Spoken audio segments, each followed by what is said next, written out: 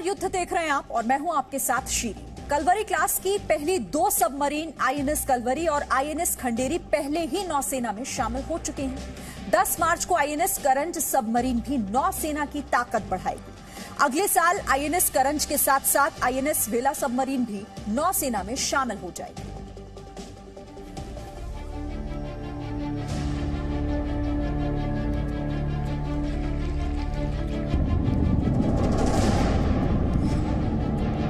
दस मार्च 2021 आने वाली है नौसेना की शान।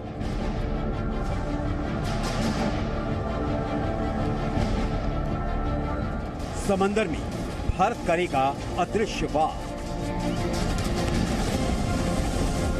साइलेंट किलर को ढूंढ नहीं पाएगा दुश्मन। चीन पाकिस्तान के लिए समुद्री करंट आईएनएस करंज।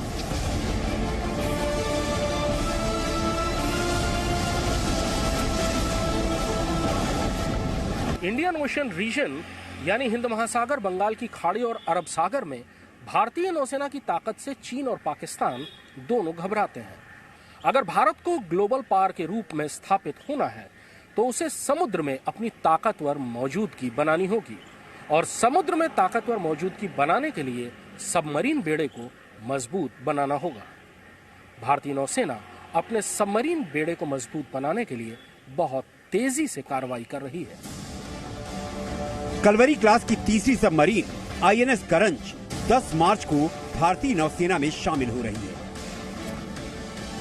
पाकिस्तान और चीन की नींद उड़ चुकी है क्योंकि आईएनएस करंज की खासियत ही कुछ ऐसी है। दुश्मन के लिए आईएनएस करंज घातक अदृश्य हथियार है। दुश्मन के लिए उसे ढूंढ पाना मुश्किल ही नहीं, नामुमकिन है। पलक झपकते ही दुश्मन के परखच्चे उड़ा देगी सबमरीन आईएनएस करंज।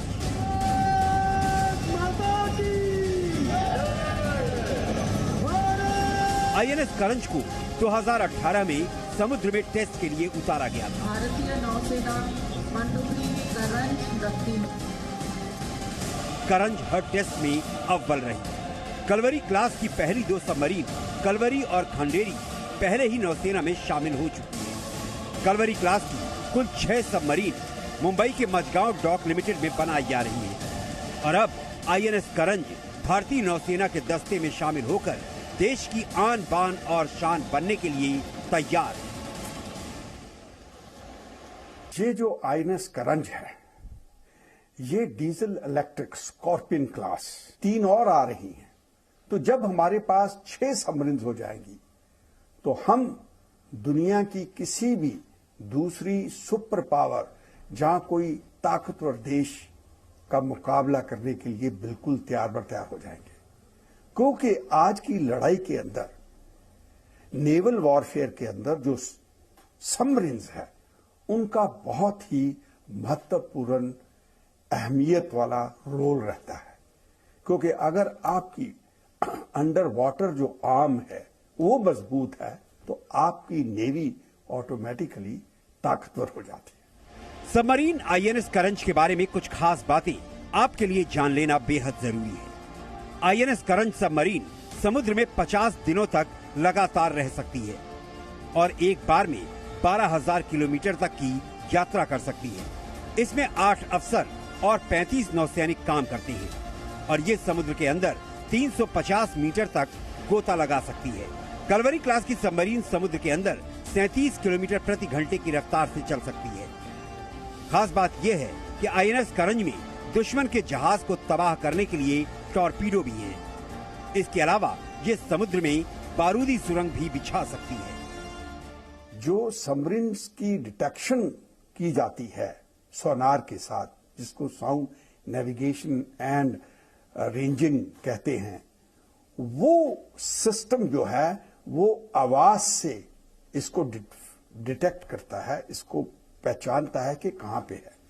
तो अगर AIP, इंडिपेंडेंट प्रोपल्शन लग जाती है उसके अंदर, तो सबमरीन एक बहुत बड़ा अंडर वाटर घातक हथियार बन जाता है। और दूसरा इसमें यह है कि ये जो 5th जनरेशन स्टेल्थ, इसके अंदर जिस तरह इसकी जो हल होती है, जो इसकी बॉडी होती है, उसके ऊपर जब कोई भी इलेक्ट्रोमैग्नेटिक वेव आती है इसको डिटेक्ट करने के लिए, वो इसको अपनी पकड़ में नहीं ले सकती। तो ये उसको और 10 गुना घातक कर देती है, क्योंकि फिर सबमरीन का किसी को पता नहीं लगता और ये कभी भी किसी भी दुश्मन के जहाज ऊपर हमला कर सकती है।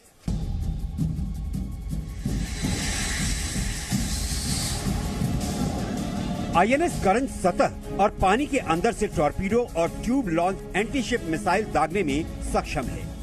ऐसा दावा है कि आईएनएस करंज लक्ष्य पर सटीक निशाना लगाकर दुश्मनों को तबाह कर सकती है। इसके साथ ही इस पनडुब्बी में एंटी सबमरीन वॉरफेयर, खुफिया जानकारी जुटाने, माइंस बिछाने और एरिया सर्विलांस जैसे सैन्य अभियानों को अंजाम देने की क्षमता है। स्कॉर्पियन श्रेणी की पनडुब्बी आईएनएस करंज में ऐसी तकनीक का इस्तेमाल किया गया है जिससे दुश्मन देशों की नौसेनाओं के लिए इसकी टोह लेना मुश्किल होगा। पनडुब्बी को बनाते हुए पनडुब्बियों का पता लगाने वाले कारणों को ध्यान में रखा गया है, जिससे आईएनएस करंज ज्यादातर पनडुब्बियों की अपेक्षा सुरक्षित हो गई है। ये एक ऐसी सबमरीन है जिसे लंबी दूरी वाले मिशन के लिए ऑक्सीजन लेने के लिए सतह पर आने की जरूरत नहीं है। इस तकनीक को डीआरडीओ के नेवल मटेरियल्स रिसर्च लैब ने विकसित किया है। ये 18 एक्सोजेट, जो कि दुनिया की प्रूवन टेस्टेड एक मिसाइल सिस्टम है मारने के लिए, जो सबमरीन्स के अंदर लगाया जाता है, वो 18 वो मिसाइल्स लेके जा सकती हैं। और दूसरा, अगर हम चाहें तो इसके अंदर 18 ही टॉर्पीडो लगा सकते हैं। अगर हमको उसका कॉम्बिनेशन की जरूरत हो तो वो भी लगा सकते हैं। साथ में इसके जो समुंदर के अंदर, जिसे हम कहते हैं कि अगर आपने माइंस को ले करना है, उस माइंस को ले करने के लिए भी इसके अंदर 30 बड़ी माइंस जो है वो बिछाने की क्षमता है। अभी भारतीय नौसेना के पास सिंधु क्लास की 9, शिशुमार क्लास की 3, कलवरी क्लास की 2 और एक न्यूक्लियर सबमरीन आईएनएस चक्र यानी कुल 15 सबमरीन है। अरिहंत क्लास की 2 सबमरीन यानी आईएनएस अरिहंत और आईएनएस अरिघात 15 पनडुब्बियों से अलग है, जो न्यूक्लियर बैलिस्टिक सबमरीन है। न्यूक्लियर सबमरीन के अलावा भारतीय नौसेना की सभी सबमरीन डीजल इलेक्ट्रिक है और एयर इंडिपेंडेंट प्रोपल्शन न होने की वजह से इन्हें हर 1-2 दिन में समुद्र की सतह पर आना पड़ता है। इस खामी को आईएनएस करंज में दूर कर लिया गया है। आईएनएस करंज स्टेल्थ और एयर इंडिपेंडेंट प्रोपल्शन समेत कई तरह की तकनीकों से लैस है। पनडुब्बी हर एक नौसेना के पास, हर एक देश के पास कहते हैं इज फॉर वॉर, लड़ाकू जहाज है। वो चुपचाप पानी के नीचे जाके दुश्मन को गिराता है और शांति के टाइम पे ट्रेनिंग करता है बाकी जहाजों की। एंटी सबमरीन वॉरफेयर ने अपने आप ही परमाणु पावर और परमाणु हथियार के साथ पनडुब्बी बनाई है। नेवी ने, डीआरडीओ ने और लार्सन एंड टूब्रो में।